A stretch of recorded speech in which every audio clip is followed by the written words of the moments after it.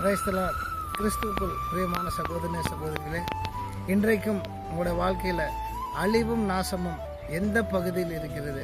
குடும்பம் அழிந்து போய் உறவுகள் பிரிந்து போயிருக்கிறார்களா? இல்லை தொழில் அழிந்து போயிருக்கிறதா? இல்லை ஒரு மனுஷனுடைய வாழ்க்கை பாவத்தினால் அழிந்து போயிருக்கிறதா? ஆனால் ஏசாயா தீர்க்க தரிசனத்தில் ஆண்டவர் சொல்லுகிறார்.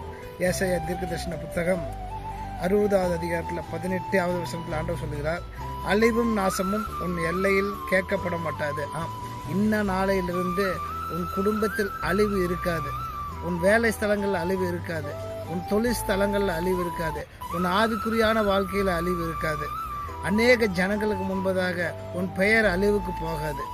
இன்னைக்கும் கர்த்தர் உன் எல்லைக்குள்ள அழிவும் நாசத்தையும் எடுத்து உன் எல்லைக்குள்ள சமாதானத்தையும் ஆசீர்வாதத்தையும் அவர் கட்டளையிடுகிறார். ஜெபிப்போமா?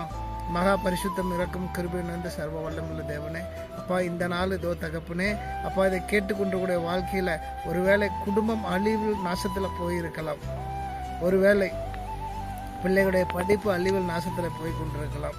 இப்படி பல வகையான காரியங்கள் அழிவு நாசத்தில் இந்த குடும்பத்தில் என் தேவன் அப்பா இதோ ஆண்டவரே இந்த அழிவும் நாசத்தை எடுத்து செழிப்பையும் ஆசீர்வாதத்தையும் கட்டளையிடுவீராக. இயேசு கிறிஸ்துவின் அதிகாரமுள்ள நாமத்தினால் ஜெபம் கேளும் எங்கள் ஜீவனுள்ள நல்ல பிதாவே.